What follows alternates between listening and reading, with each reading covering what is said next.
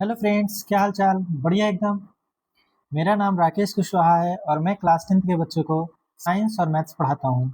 हमने बेटा अभी तक में क्या क्या पढ़ लिया है? हम लोगों ने फिजिक्स में अपना एक पहला चैप्टर हम लोगों ने कवर कर लिया जिसका नाम है लाइट, जिसमें रिफ्लेक्शन ऑफ लाइट हम लोगों ने कंप्लीट कर लिया है।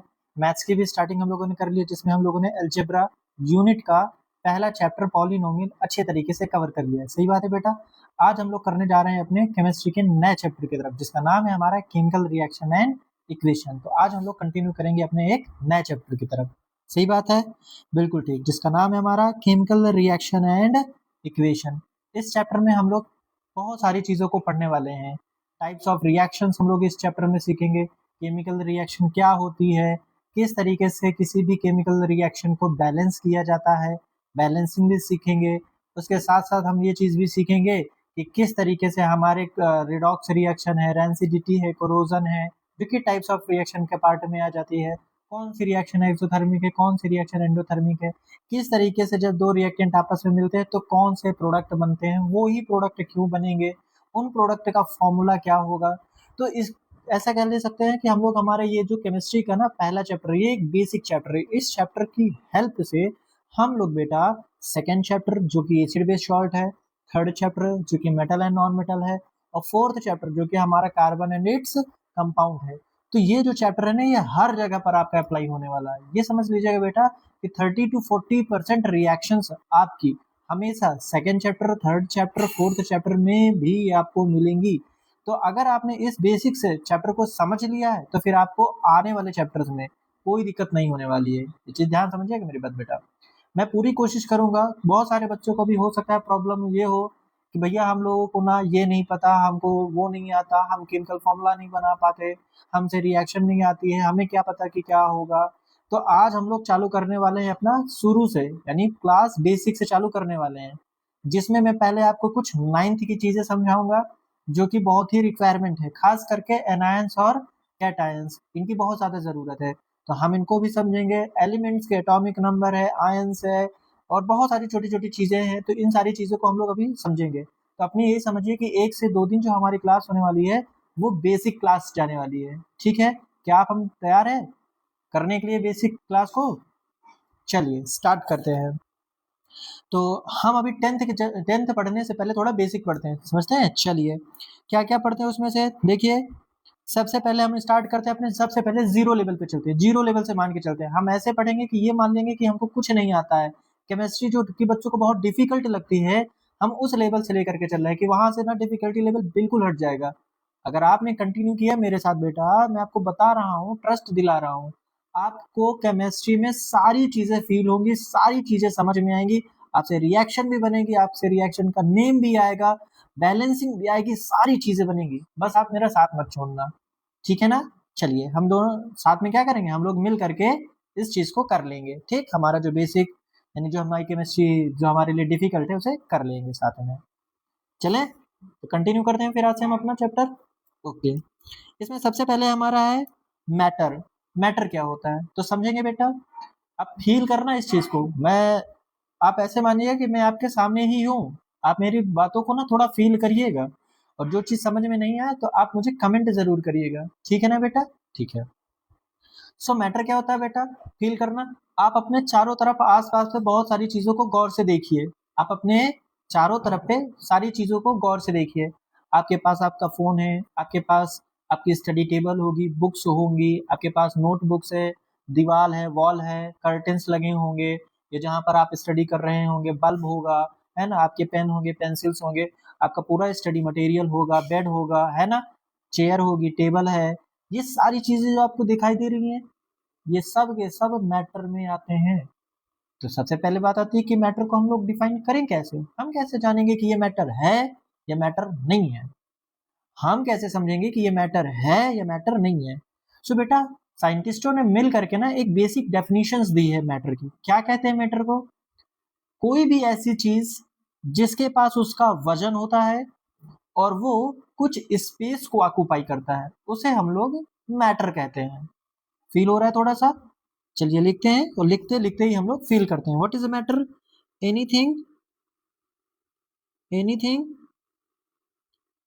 That has, anything that have mass and occupies space and occupies space। कोई भी ऐसी चीज जिसके पास मास मतलब वजन, भारी है, हल्का है, कुछ तो है, 1 ग्राम, 2 ग्राम, 3 ग्राम, 2 किलोग्राम, 1 किलोग्राम, कुछ भी चीज है, उसके पास अगर मास है तो उसे हम लोग मैटर कहेंगे। और साथ ही साथ वो स्पेस भी लेता हो, स्पेस माने जगह, जगह भी ऑक्यूपाई करता हो।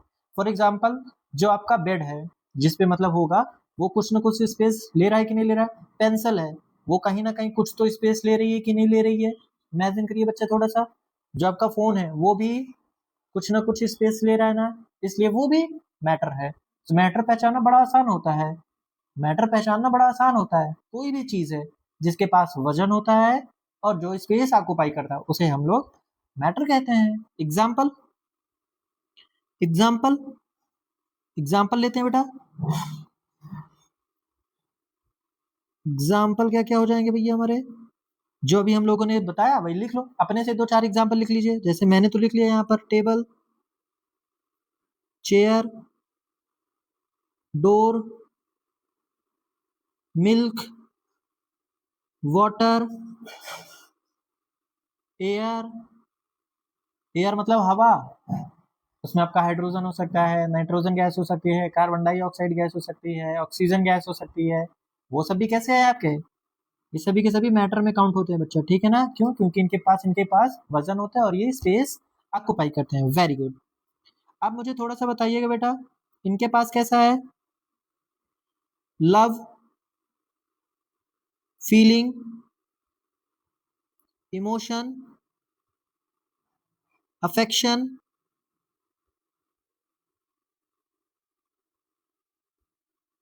Affection, childness, childness. ये सभी कैसे हैं, ये सभी कैसे हैं बेटा, लव, प्रेम, प्यार, फीलिंग्स, इमोशंस। क्या इनके पास वजन है? क्या ये स्पेस ऑक्यूपाई करती हैं एटमॉस्फेयर में, कहीं पर भी, यूनिवर्स में कहीं पर ये इनके पास मास है? क्या ये स्पेस ऑक्यूपाई करती हैं? फील करिए बेटा। देखो जब तक आपको फील नहीं होगी आपको वो चीजें रटनी पड़ेंगी। सो आई थिंक रटना है, बट इतनी सारी चीजें नहीं रट सकते हैं। जिसमें अगर हम लोग चीजें फील कर सकते हैं उसे नहीं रटेंगे, जहां नहीं फील हो पाएगी तो प्रयास करेंगे रटने का। बट पहली चीज तो ये बेटा, रटना नहीं है, फील करना है। फील करो।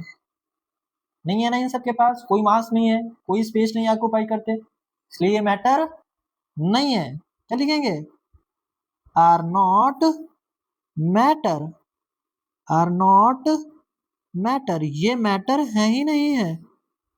ध्यान दीजिएगा बेटा, ये सभी के सभी मैटर नहीं है क्योंकि ये स्पेस ऑक्यूपाई नहीं करते हैं। Very good. समझ में आ रहा है बेटा मैटर का मतलब? Very good.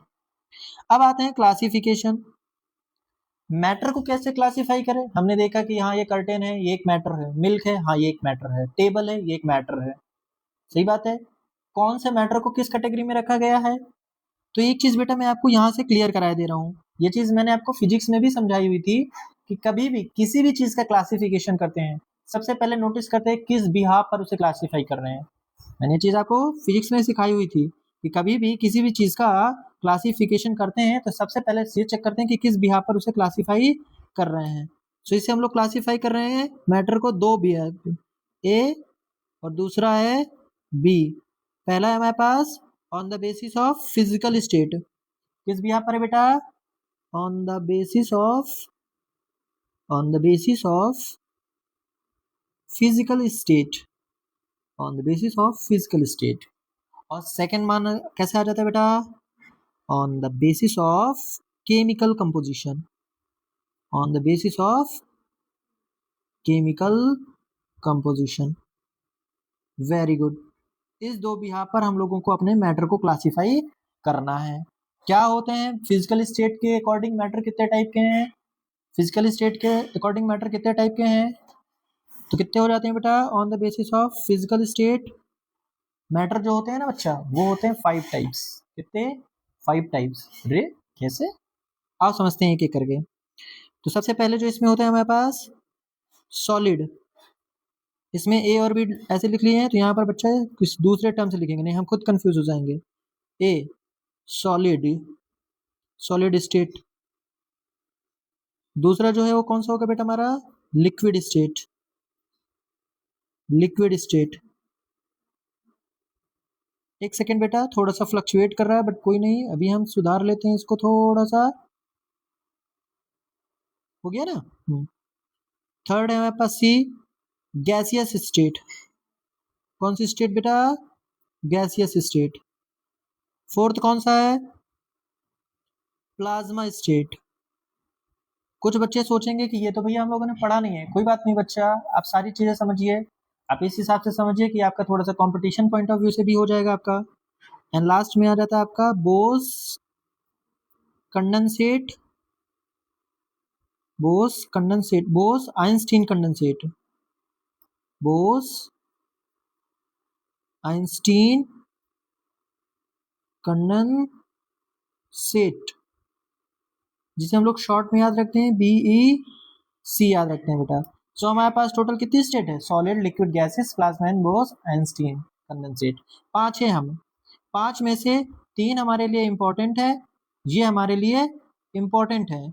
बाकी ये जो दो है ना हमारे पास, ये जो प्लाज्मा और बोस आइंस्टीन कंडेंसेट, ये इतने रिक्वायरमेंट नहीं है, इनकी ज्यादा स्टडी अभी नहीं हो पाई है। रीजन ये है क्योंकि क्या है ना कि ये एक मतलब कैसे बनाने बताएं हम लोग, बहुत ही ज्यादा ये मतलब रूम टेम्परेचर पे हमें नहीं मिलती हैं।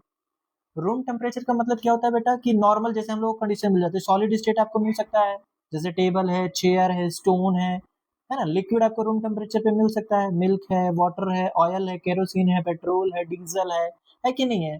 गैस भी आपको मिल सकते हैं, हाइड्रोजन है, और आपका ले लीजिए नाइट्रोजन हो गया, hydrogen, oxygen, carbon dioxide, sulphur dioxide, कुछ गैसेस के नाम समझे ना, वो गैसेस स्टेट हो गई है। लेकिन जो प्लाज्मा और जो बोस आइंस्टीन कंडेंसेट है ना बेटा, ये आपको ऐसे नहीं मिलती है।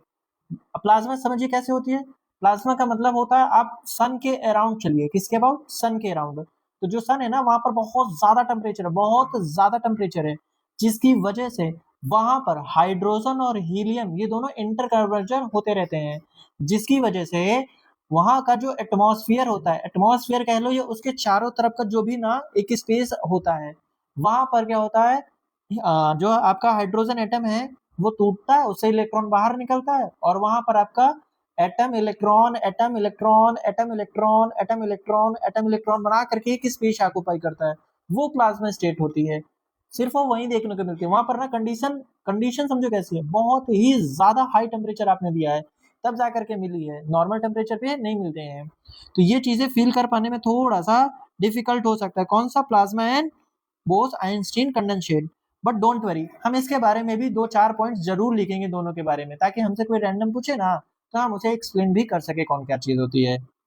चलिए कंटिन्यू करते हैं हम लोग अपने सॉलिड, लिक्विड एंड गैस से। ये तो हमारे लिए इंपॉर्टेंट है बेटा, ये तो आपको ना याद ही होना चाहिए, ठीक है। चलो अब हम क्या करेंगे, हम क्या करते हैं इसमें बेसिक कुछ पॉइंट्स रिकॉल कर लेते हैं, किन चीजों को लेकर के, हम इसको यहाँ बना लेते हैं, एक तरफ लिख लेते हैं कैरेक्टरिस्टिक्स, एक तरफ लिख लेते हैं कैरेक्टरिस्टिक्स,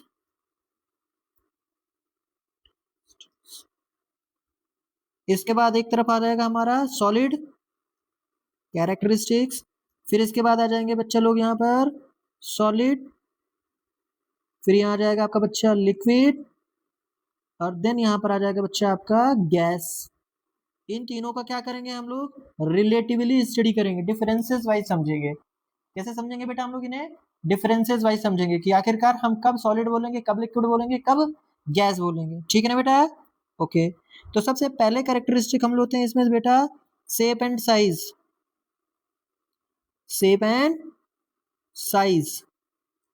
शेप एंड साइज कैसा होता है बेटा, शेप एंड साइज कैसा होता है, शेप, सॉलिड को समझे, सॉलिड को कोई भी चीज ऑब्जर्व करो, देखो मेरे दिमाग में जैसे चलता है मैं आपको वैसे अप्रोचिंग सिखा सकता हूँ। कभी भी सॉलिड के बारे में बोला जाता है ना तो मेरे दिमाग में एक स्टोन आता है, क्या आता है, एक स्टोन आता है, वो सॉलिड नेचर का होता है। तो उसको देखता हूँ मैं तो क्या होता है, उसका जो शेप है और साइज है, जब तक उस पर बाहर से कोई फोर्स नहीं लगाते हैं तब तक उसका शेप साइज कैसा रहता है, चेंज नहीं होता है, मतलब फिक्स रहता है ना। जैसा स्टोन है यहाँ रख दोगे तो भी वैसे ही शेप एंड साइज रहेगा, उसे वहां पे रख दो तो भी शेप एंड साइज सेम रहेगा, उसको वहां रख दो तो भी उसका शेप एंड साइज कैसा रहेगा, सेम रहेगा, उसका शेप एंड साइज कभी चेंज नहीं होता है। तो सॉलिड की एक कैरेक्टरिस्टिक है, शेप साइज सॉलिड में कैसे रखता है, फिक्स्ड रहता है, फिक्स्ड रहता है। लिक्विड का शेप और साइज कैसा रहता है, लिक्विड का शेप एंड साइज कैसा रहता है, अगर उसे हम लोगों ने कंटेनर में डाला है वो उसके साइज को क्या करता है, ऑक्यूपाई करता है। अगर मैंने जमीन में फैला दिया तो उसका शेप और साइज कैसा हो गया, चेंज हो गया। सही बात है ना, बिल्कुल सही, क्योंकि लिक्विड के पास क्या होती है, फ्लोइंग टेंडेंसी होती है, मतलब वो बहता रहता है इस वजह से। सो इसका कैसा आएगा shape and size, not fixed, not fixed. Gas का कैसा होता है, भैया गैस को तो देखते हैं ना हम लोग, गैस भी कंटेनर को ऑक्यूपाई करती है, कंटेनर के वॉल्यूम को। तो अगर हम इस घर पे ओपन कर दे तो भैया ये घर में पूरी फैल जाएगी। अगर मैं इस गैस को क्या करके कंप्रेस करके किसी एक छोटी सी बॉटल में रख दूं तो उसके उसको शेप एंड साइज को ऑक्यूपाई कर लेगी। तो इसका मतलब इसमें भी शेप एंड साइज फिक्स नहीं होता है, तो इसका भी नॉट फिक्स्ड आ जाएगा बेटा। फिर नेक्स्ट कैरेक्टरिस्टिक क्या है, वॉल्यूम। कैसा बच्चा, वॉल्यूम, वॉल्यूम के बारे में कैसा है, वॉल्यूम कैसा होता है, सॉलिड का फिक्स्ड होता है। लिक्विड का वॉल्यूम 1 लीटर है तो 1 ही लीटर रहेगा, ऐसा नहीं है कि फैला देंगे तो 2 लीटर हो जाएगा, कंटेनर में रख देंगे तो 1 लीटर हो जाएगा, किसी दूसरे कंटेनर में रख दिया तो उसका जो है वॉल्यूम क्या हो जाएगा, चेंज हो जाएगा। नहीं, लिक्विड अगर 1 लीटर है तो 1 लीटर ही रहेगा, चाहे उसे आप जिस कंटेनर में रखो रहेगा वो 1 ही लीटर ना, है कि नहीं है। तो वॉल्यूम लिक्विड का कैसा होता है, इसका फिक्स्ड होता है। लेकिन अगर हम लोग गैस की बात करें ना, तो गैस जो होती है वो कंटेनर के वॉल्यूम को ऑक्यूपाई करती है। छोटी बॉटल में रखेंगे छोटा बॉटल का कंटेनर ऑक्यूपाई करेगा, बड़ी बॉटल में कर देंगे बड़ी बॉटल में कर लेगा, ओपन कर दिया तो ये एटमॉस्फेयर में चली गई तो उसका वॉल्यूम भी फिक्स नहीं होता है। वेरी गुड, तो not fixed, not fixed, very good. Next, force of attraction between molecules, force of attraction between molecules, force of attraction between molecules, molecules के बीच में force of attraction कैसा रहता है, मतलब कैसे, इसको फील करना बेटा, इसको फील करना। तो फोर्स ऑफ अट्रैक्शन का मतलब है कि सॉलिड में जो पार्टिकल्स होते हैं वो बहुत पास पास होते हैं, फील करो इस चीज को, बहुत पास पास होते हैं तभी तो एक फिक्स वॉल्यूम बनाते हैं। सही है, बहुत पास पास होंगे तो उनके बीच में फोर्स ऑफ अट्रैक्शन कैसा होगा, बहुत ज्यादा रहने वाला है। फोर्स ऑफ अट्रैक्शन कैसा होगा बेटा, बहुत ज्यादा होगा। तो सॉलिड में force of attraction between molecule कैसा आ जाता है, वेरी स्ट्रॉन्ग या very high, very high force of attraction होता है। जबकि लिक्विड में कैसा होता है, लिक्विड को थोड़ा कंप्रेस कर सकते हैं, इसमें इसका मतलब क्या है, फोर्स ऑफ अट्रैक्शन है तो सॉलिड से कैसा है, कम है, और गैस से कैसा है, ज्यादा है। तभी तो लिक्विड के मॉलिक्यूल ज्यादा दूर दूर नहीं जा पाते। तो जैसे सॉलिड के मॉलिक्यूल है तो वो तो दूर दूर जाते ही नहीं है, वो तो दूर दूर जाते ही नहीं है ना, क्योंकि फोर्स ऑफ अट्रैक्शन उनके बीच में मॉलिक्यूल्स के बीच में बहुत ज्यादा है। जबकि वहीं अगर हम बात करें लिक्विड में, तो अगर फ्लोइंग टेंडेंसी है तो एक मॉलिक्यूल यहाँ तो थोड़ा सा दूर चला गया, थोड़ा और दूर चला गया, थोड़ा और दूर चला गया, फ्लोइंग टेंडेंसी की वजह से। लेकिन गैस में क्या है, गैस में तो भैया सब रैंडम डायरेक्शन में घूम रहे हैं, उनके बीच में फोर्स ऑफ अट्रैक्शन है ही नहीं है, ऐसा लगता है कि नहीं है। तो इसमें कैसा होता है, लिक्विड में कैसा होता है फोर्स ऑफ अट्रैक्शन, मीडियम होता है। हम कंपेरेटिवली कर रहे हैं ना बेटा, सॉलिड से तो कम है पर गैस से ज्यादा है। तो कैसे लिखेंगे, greater than solid, less than, sorry sorry इसमें आ गया हमारा greater than gas, greater than gas, ऐसे लिखते हैं थोड़ा सा, क्योंकि ये कर नहीं पाएंगे ना हम लोग ऐसे। तो इसमें हम लोग कैसे लिख दें, ऐसे, फोर्स ऑफ अट्रैक्शन ना गैस से कैसा है, ज्यादा है, और सॉलिड से कम है। ये जो मैंने साइन बनाया है ना, लिक्विड का फोर्स ऑफ अट्रैक्शन गैस से ज्यादा है, लिक्विड का फोर्स ऑफ अट्रैक्शन सॉलिड से कम है। गैस का कैसा है, वेरी लो, क्योंकि उसमें force of attraction between molecule कैसा है, बहुत कम है। ठीक, very good. Next, intermolecular space, intermolecular space, intermolecular space,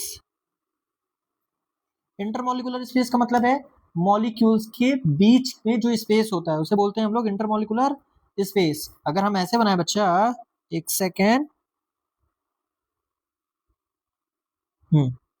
अगर हम लोग ऐसे बनाए सॉलिड में कि यहां पर आपका यहां पर आपका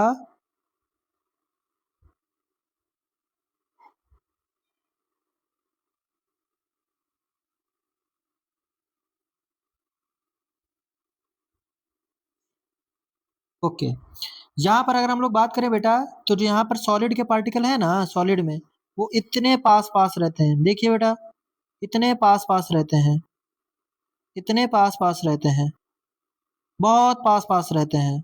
कैसे रहते हैं उसमें?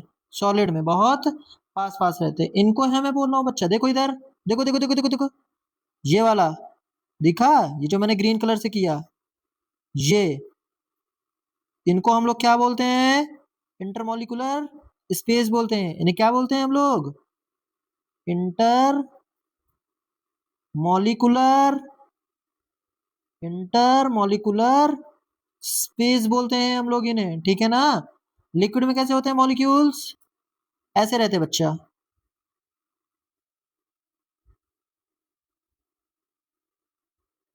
ऐसे रहते हैं, देखो थोड़ा सा। और गैस में भैया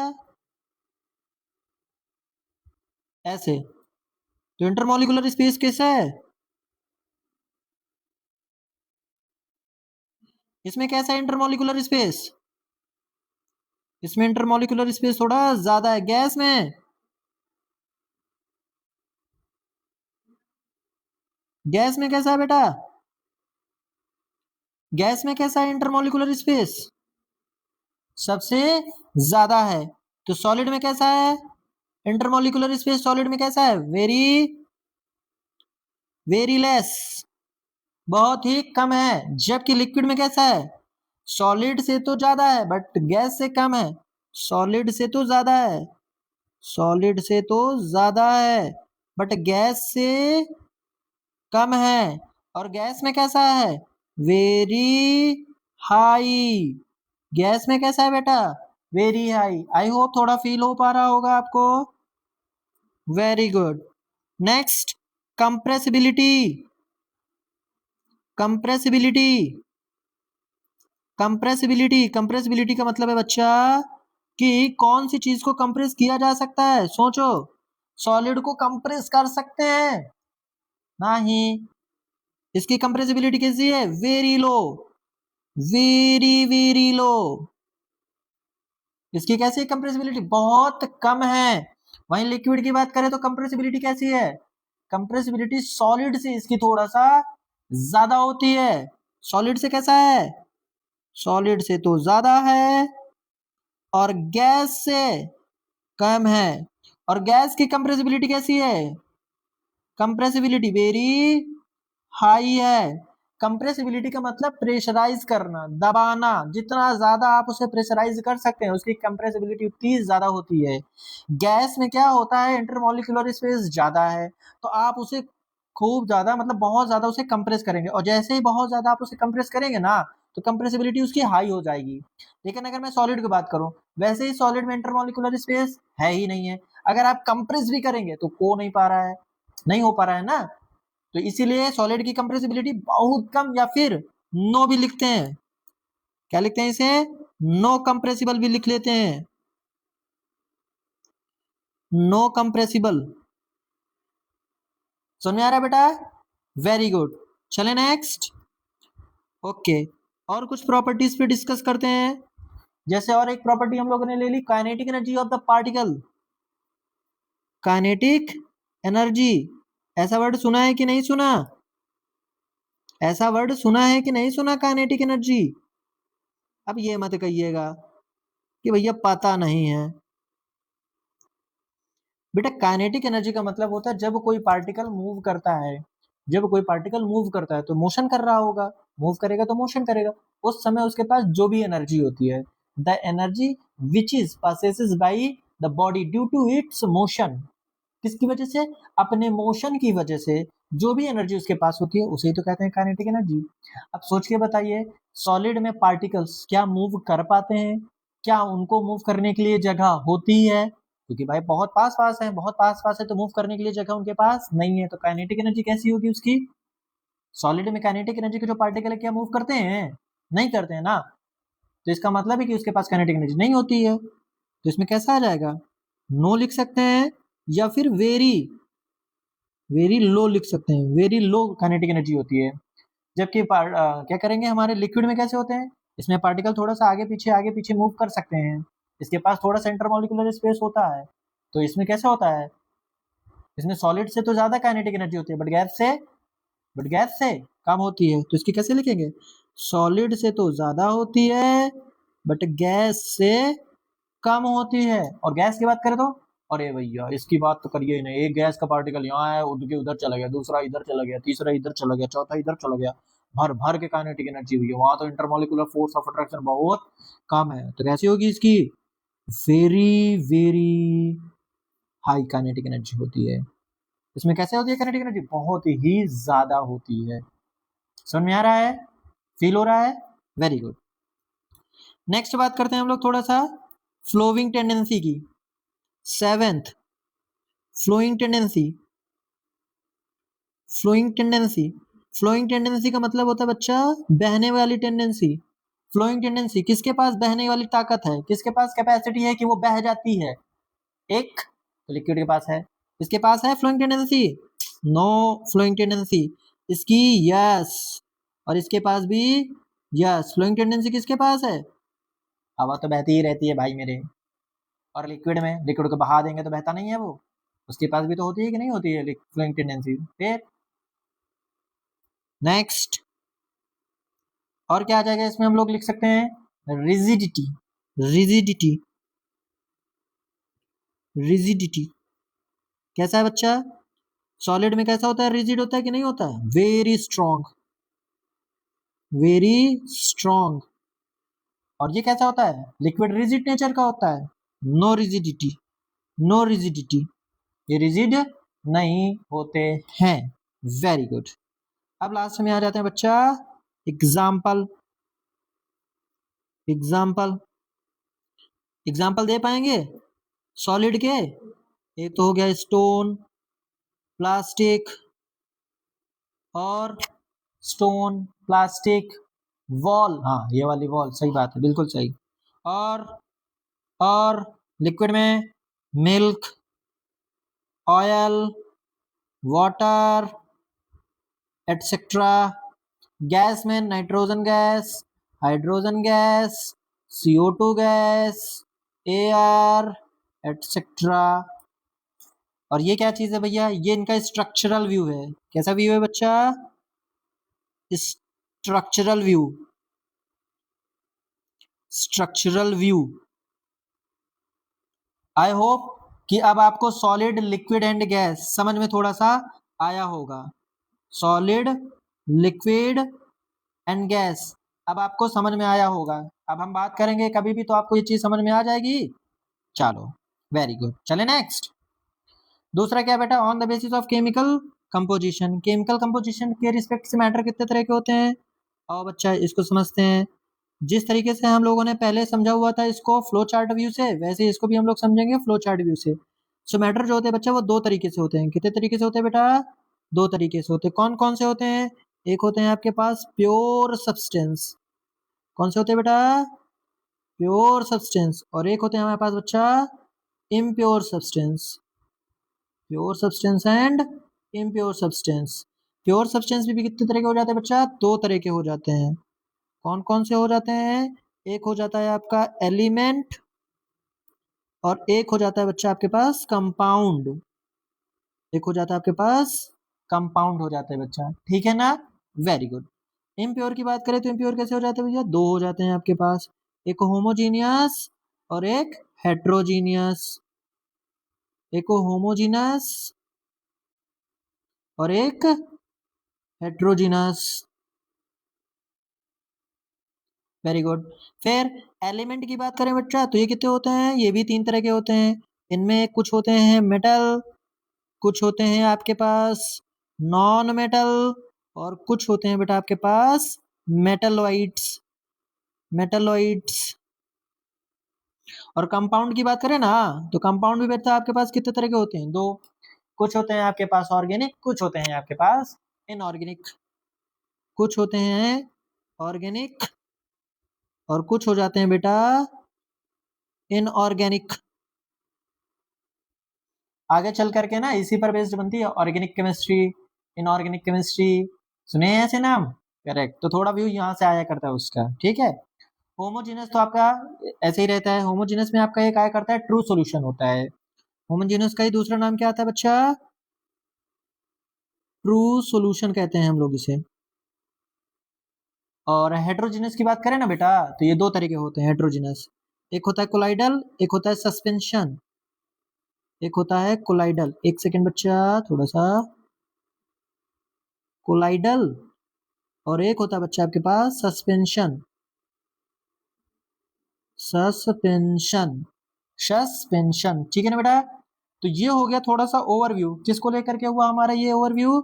ये ओवरव्यू हुआ हमारा बेटा केमिकल कंपोजिशन के रिस्पेक्ट से। किसके रिस्पेक्ट से बच्चा? केमिकल कंपोजिशन के रिस्पेक्ट से। आई होप समझ में आएगा।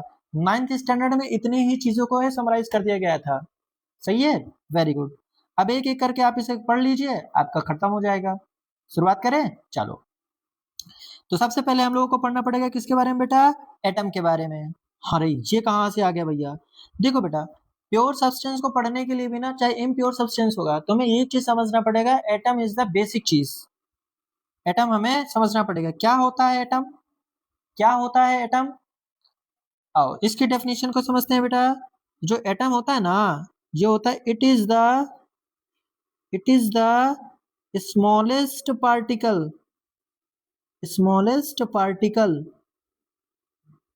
of any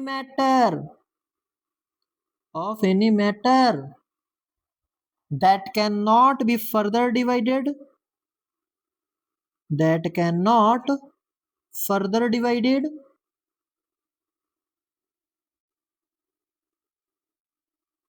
अब आप पूछ सकते हैं भैया डेफिनेशन नो, बहुत उटपटांग सी आ रही है, इसको थोड़ा शॉर्ट करिए।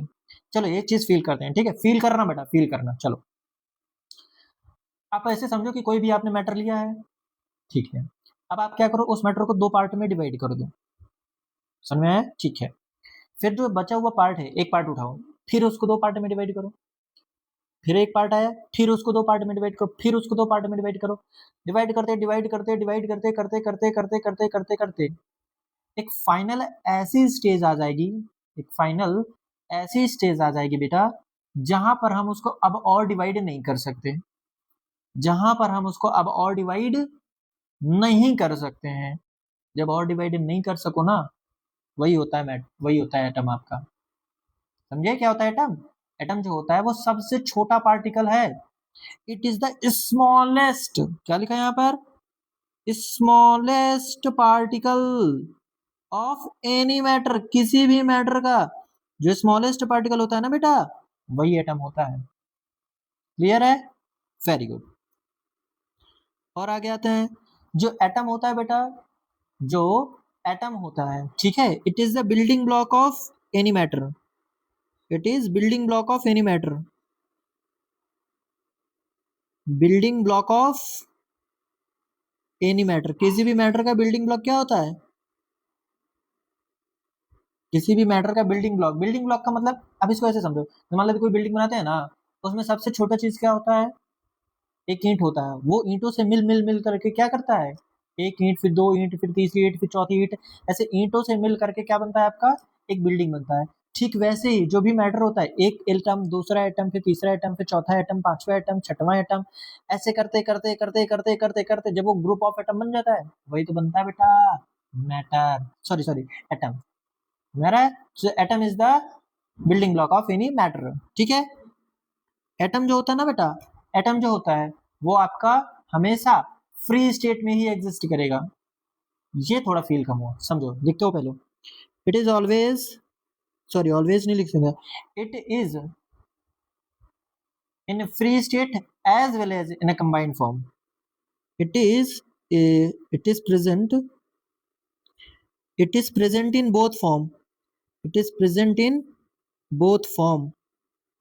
ये दोनों फॉर्म में हम लोगों को मिलता है। कौन से दो दो फॉर्म हो सकते हैं बेटा इसके? एक तो होता है इसका इन फ्री स्टेट, फ्री स्टेट में हमको एटम मिलता है, और कुछ ऐसे भी एग्जांपल है हमारे पास जो एटम जो होता है वो कंबाइंड फॉर्म में मिलता है हम लोगों को। कंबाइंड फॉर्म में मिलता है। जैसे एग्जांपल समझाओ बच्चा।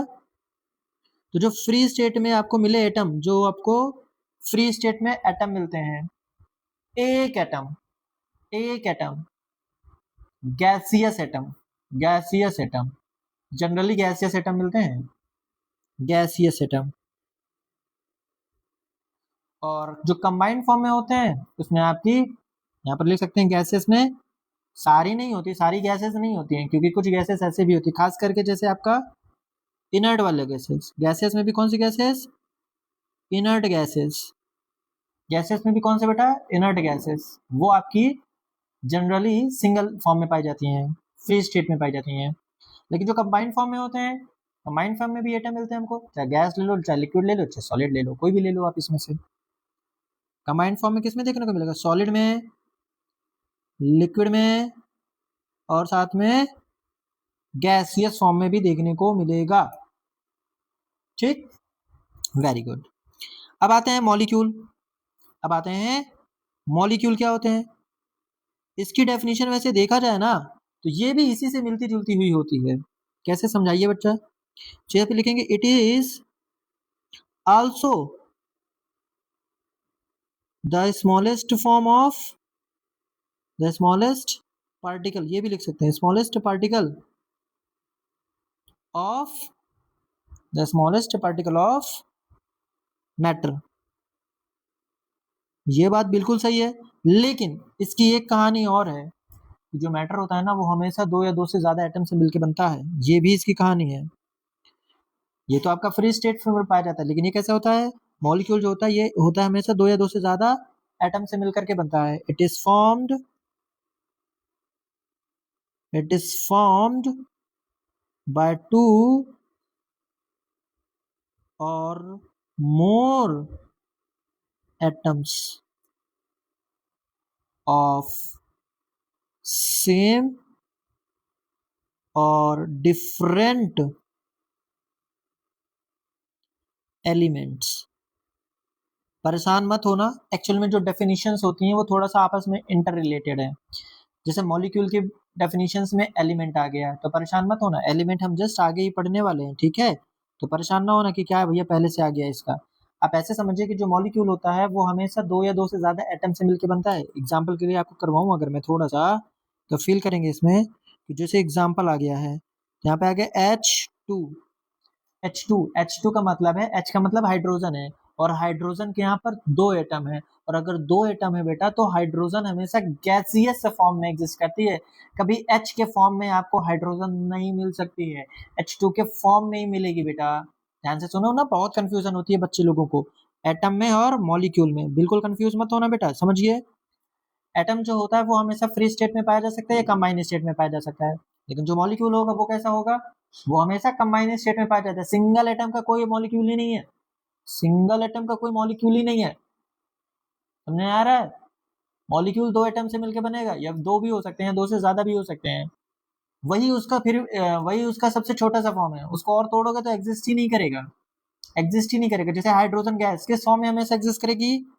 H2 गैस में, कभी H के फॉर्म में नहीं करेगी। तो हाइड्रोजन का सबसे छोटा मॉलिक्यूल कौन सा हुआ? हाइड्रोजन मॉलिक्यूल हुआ, मॉलिक्यूल हुआ। समझ आया? इसी तरीके से ऑक्सीजन गैस है, किस फॉर्म में हमें अवेलेबल होती है? O2 मॉलिक्यूल के फॉर्म में होती है, O2 मॉलिक्यूल के फॉर्म में होती है, यही इसका सबसे छोटा है। ऑक्सीजन गैस का सबसे छोटा क्या आएगा? सबसे छोटा पार्टिकल क्या आएगा? ऑक्सीजन गैस का सबसे छोटा पार्टिकल ऑक्सीजन मॉलिक्यूल आएगा, जिसे हम लोग O2 से रिप्रेजेंट करेंगे। नाइट्रोजन का N2, कार्बन डाइऑक्साइड गैस का CO2, ओजोन लेयर, जो लेयर है ना, ओजोन लेयर जो अर्थ के एटमॉस्फेयर से जस्ट बाहर होती है, वो किस किस फॉर्म में मिलती है हमें? मॉलिक्यूल के फॉर्म में मिलती है। क्या है उस मॉलिक्यूल का नाम? O3। क्या है? O3 है। समझे बेटा? ये कहानी है होती है इसमें, ठीक। अब ये इसके सबसे स्मॉलेस्ट पार्टिकल है, इनसे छोटा पॉसिबल है ही नहीं है। तो कई जगह पर ना एटम हो सकता है स्मॉलेस्ट पार्टिकल, और कुछ जगहों पे मॉलिक्यूल हो सकता है आपका।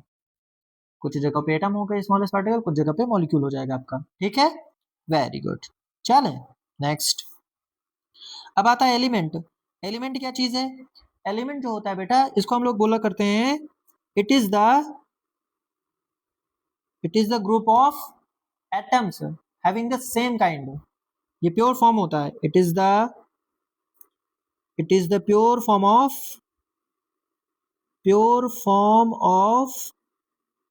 substance, pure form of substance having only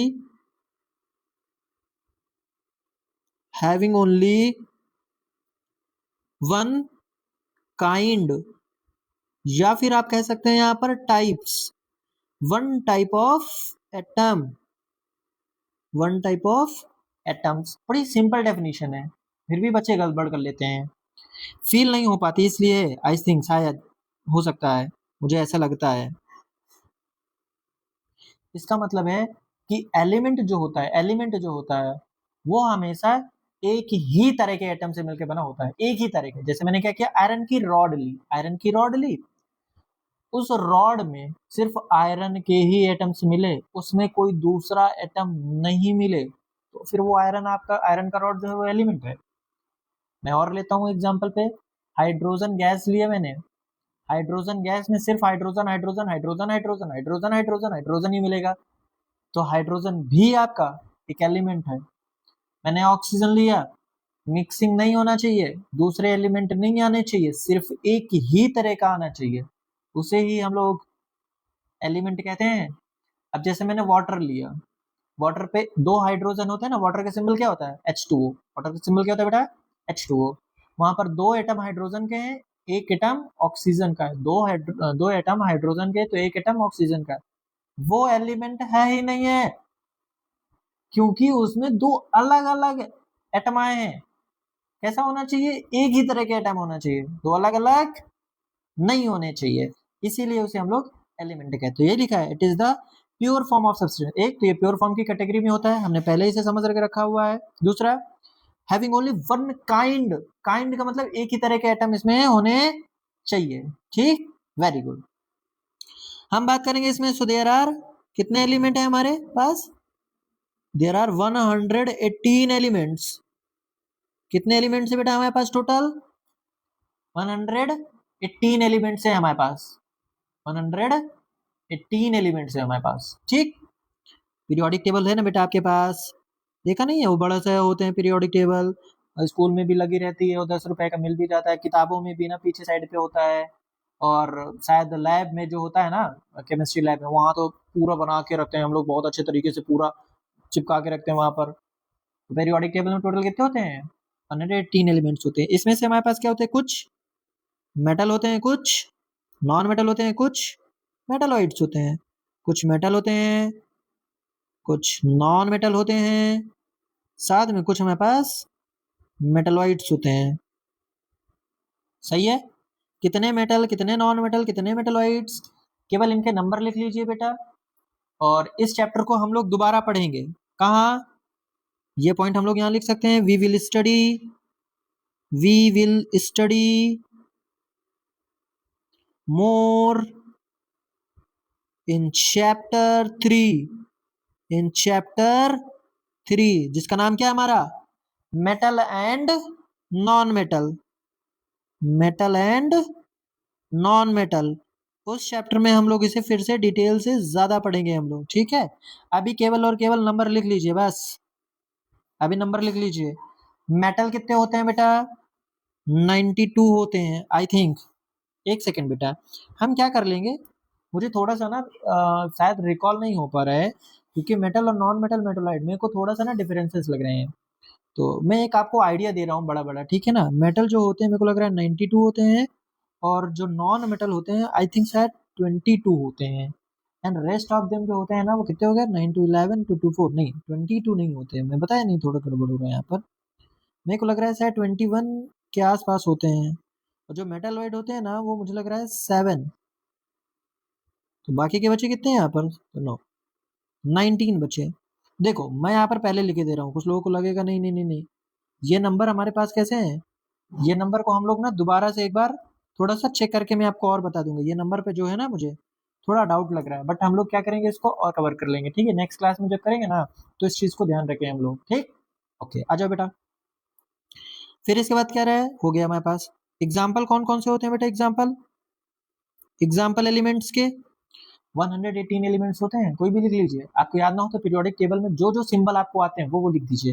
hydrogen का सिंबल पता है, हाँ भैया H, कॉपर का Cu, नाइट्रोजन का N, ऑक्सीजन का O, सोडियम का Na, मैग्नीशियम का Mg, एल्युमिनियम का Al, कार्बन का C, लिथियम का Li, एटसेट्रा।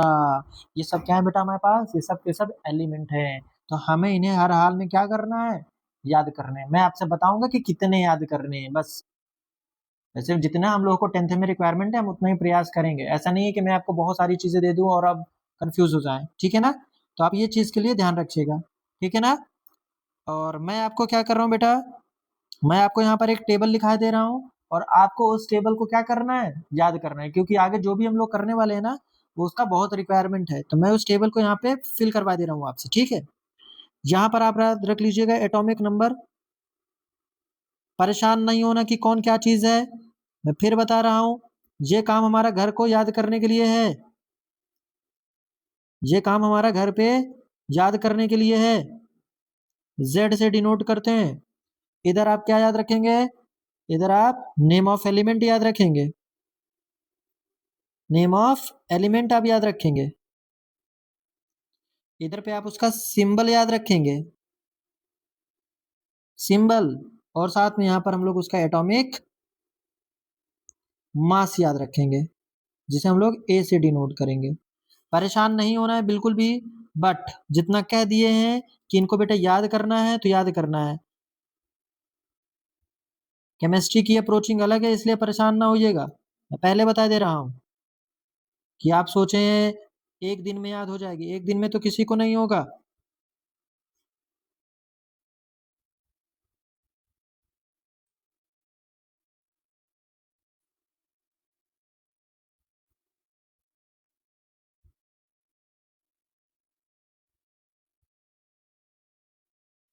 ठीक है, चलिए इसमें लिखते हैं बेटा एटॉमिक नंबर सबसे पहले 1, नेम ऑफ एलिमेंट का नाम है, एक सेकेंड हम लोग पहले नंबर लिख लेते, ठीक।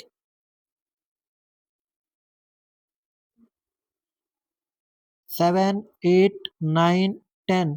आपको बनानी है कहाँ तक, 20 तक बनानी है। कहाँ तक बनानी है बेटा आपको, 20 तक बनानी है, 20 तक बनानी है। बनाइए बेटे सब लोग साथ में, चलिए 20 तक बनाइए। 10 हो गया, 11, 12, 13, 14, 15, 16, 17, 18, 19 एंड लास्ट में 20। आपको 20 तक सिर्फ और सिर्फ लिखने हैं। कहाँ तक लिखने हैं, सिर्फ आपको 20 तक लिखने हैं, ठीक। आज केवल और केवल नंबर बस लिख लीजिए। हम कल कल हम क्या करेंगे, इसी को आगे यहीं से कंटिन्यू करेंगे। कल हम इसी को आगे यहीं से कंटिन्यू करेंगे बेटा, ठीक है। हाँ, चलिए परेशान नहीं होइएगा, कल हम लोग यहीं से आगे कंटिन्यू करने वाले हैं। तो आई होप आपको थोड़ा चीजें समझ में आई होंगी। देखिए बेटा बेसिक चालू किए हैं ना, तो 1 2 3 दिन की क्लास आपको बेसिक से समझनी पड़ेगी। अगर ये चीजें आपको फील होने लगेंगी ना, मैं ट्रस्ट करवा रहा हूँ आपको, बहुत अच्छे तरीके से आपसे केमिस्ट्री बनेगी। मैं आपको बता रहा हूँ, केमिस्ट्री में 26 या 27 मार्क्स का आई होप शायद आता है, क्योंकि कंबाइंड पेपर आता है। 26 आपका केमिस्ट्री रहेगा, 26 बायो रहेगा, एंड रेस्ट ऑफ देम आपकी जो फिजिक्स रहेगी उतना आएगा। सो जो भी आपके रहेंगे ना 54 से 55 मार्क्स, है ना, क्योंकि फिजिक्स और केमिस्ट्री जो है 54 या 55 की आएगी। तो केमिस्ट्री में एक भी नंबर हम लोग काटने नहीं देंगे, एक भी नंबर नहीं कटेगा। आप, मैं श्योर एक भी नंबर नहीं काटने दूंगा आपका, ना फिजिक्स में, ना केमिस्ट्री में, ना बायो में, ठीक। देखिएगा बेटा मैं सही बता रहा हूँ, आप बेटा ये चीज समझिएगा कि जितना मैं पढ़ा रहा हूँ आप उस तरीके से प्रॉपर नोट्स बनाइए। आप लास्ट में देखेंगे कि आपके सारे क्वेश्चंस, बोर्ड के सारे क्वेश्चंस नोट्स से ही आएंगे। कोई भी क्वेश्चन नोट्स से बाहर नहीं जाएगा, बाहर नहीं जाएगा। सारे कंसेप्ट इसी से आएंगे, सारे सारे सारे, कोई भी चीज बाहर नहीं जाएगा, चाहे मैथ्स हो या फिर साइंस हो, ठीक। चलो फिर मिलते हैं हम लोग बेटा कल की क्लास में।